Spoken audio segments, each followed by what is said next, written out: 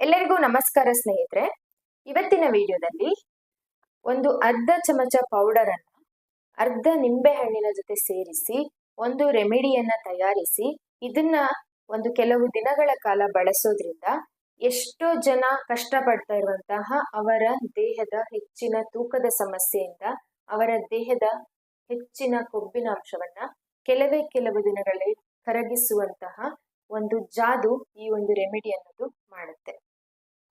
ಕೆಲವು ದಿನಗಳಲ್ಲಿ ಅವರ ದೇಹದ ಒಂದು ತೂಕವನ್ನ ಆರೋಗ್ಯಕರವಾಗಿ ಇರಿಸಿಕೊಳ್ಳೋದಕ್ಕೆ ಮೇಂಟೈನ್ ಮಾಡಿಕೊಂಡು ಹೋಗೋದಕ್ಕೆ ಈ ಒಂದು ರೆಮಿಡಿ ಅನ್ನೋದು ಸಹಾಯ ಮಾಡುತ್ತೆ. ಹಾಗಿದ್ರೆ ಈ ಒಂದು ರೆಮಿಡಿ ಯಾವುದು, ಇದನ್ನ ಹೇಗೆ ತಯಾರಿಸಬೇಕು, ಇದರಲ್ಲಿ ಹಾಕಿರುವ ಆ ಒಂದು ಪೌಡರ್ ಯಾವುದು, ಎಲ್ಲ ಮಾಹಿತಿಯನ್ನ ತಿಳಿಸ್ತಾ ಹೋಗ್ತೀನಿ. ಅದಕ್ಕೂ ಮುಂಚೆ ನಮ್ಮ ಚಾನೆಲ್ನ ಯಾರಾದ್ರೂ ಫಸ್ಟ್ ಟೈಮ್ ನೋಡ್ತಾ ಇದ್ರೆ ದಯವಿಟ್ಟು ಚಾನೆಲ್ನ ಸಬ್ಸ್ಕ್ರೈಬ್ ಮಾಡಿಕೊಂಡು ವಿಡಿಯೋನ ಎಲ್ಲೂ ಸ್ಕಿಪ್ ಮಾಡದೆ ಕೊನೆವರೆಗೂ ನೋಡಿ. ವಿಡಿಯೋ ಇಷ್ಟ ಆದರೆ ಒಂದು ಲೈಕ್ ಮಾಡಿ. ವಿಡಿಯೋ ಬಗ್ಗೆ ಏನಾದರೂ ತಿಳಿಸ್ಬೇಕು ಅನ್ಸಿದ್ರೆ ಕಮೆಂಟ್ ಮಾಡಿ ತಿಳಿಸ್ಬೋದು.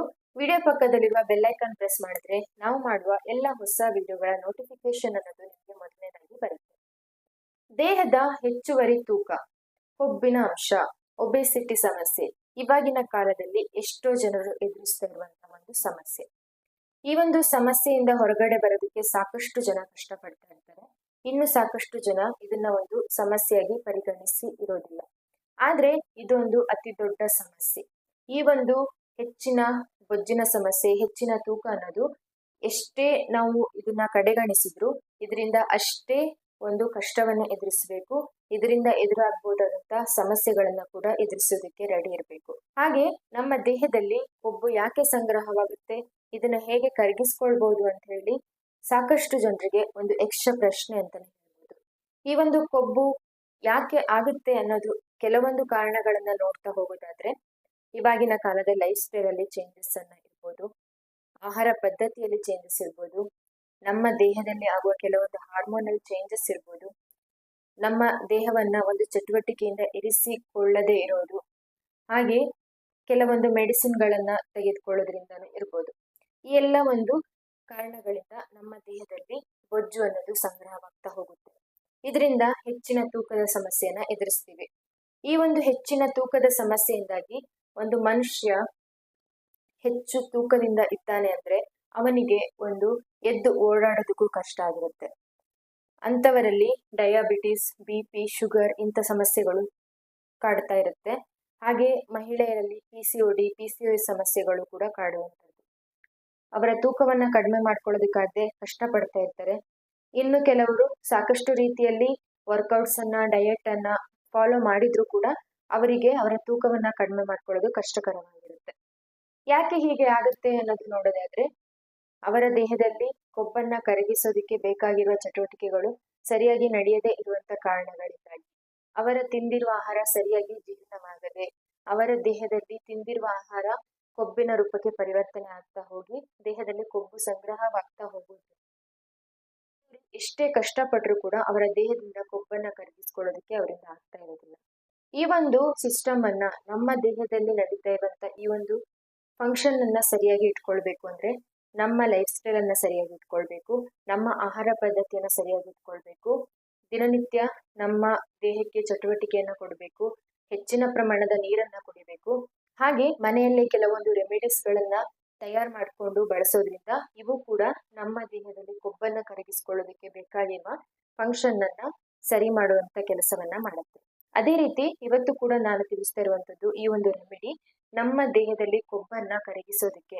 ಈ ಒಂದು ರೆಮಿಡಿಯನ್ನ ನೀವು ಸತತವಾಗಿ ಬಳಸ್ಕೊಂಡು ಹೋಗೋದ್ರಿಂದ ಇದು ನಮ್ಮ ದೇಹದಲ್ಲಿ ಕೊಬ್ಬನ್ನ ಮಂಜಿನ ಹಾಗೆ ಕರಗಿಸುವಂತ ಕೆಲಸವನ್ನ ಮಾಡುತ್ತೆ.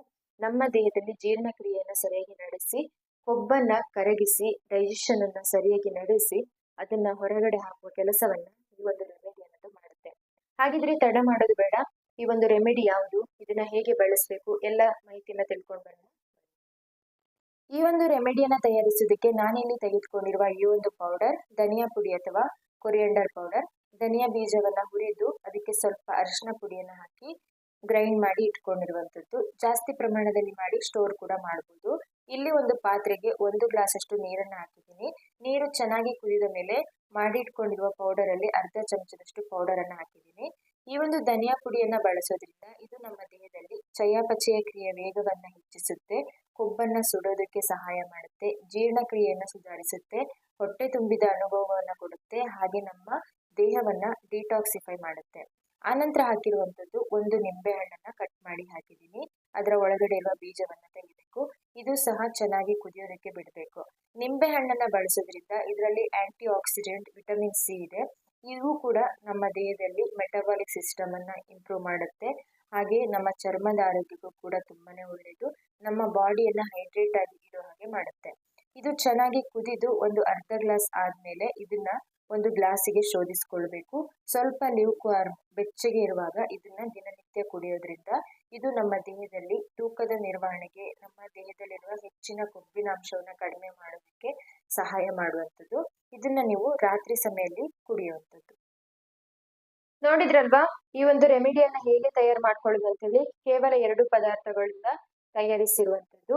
ಈ ಒಂದು ಪಾನೀಯ ಅನ್ನೋದು ನಮ್ಮ ದೇಹದಲ್ಲಿ ಕೊಬ್ಬನ್ನ ಕರಗಿಸೋದಕ್ಕೆ, ನಮ್ಮ ದೇಹದಲ್ಲಿ ಸರಿಯಾಗಿ ನಡೆಯದೇ ಇಲ್ಲದಿರುವಂತಹ ಮೆಟಬಾಲಿಕ್ ಸಿಸ್ಟಮ್ ಅನ್ನ, ಚಯಾಪಚಯ ಕ್ರಿಯೆ ವೇಗವನ್ನ ಬೂಸ್ಟ್ ಮಾಡಿ ನಮ್ಮ ದೇಹದಲ್ಲಿ ಸಂಗ್ರಹವಾಗಿರೋ ಕೊಬ್ಬನ್ನ ದಿನೇ ದಿನ ಕರಗಿಸೋದಕ್ಕೆ ಸಹಾಯ ಮಾಡುತ್ತೆ.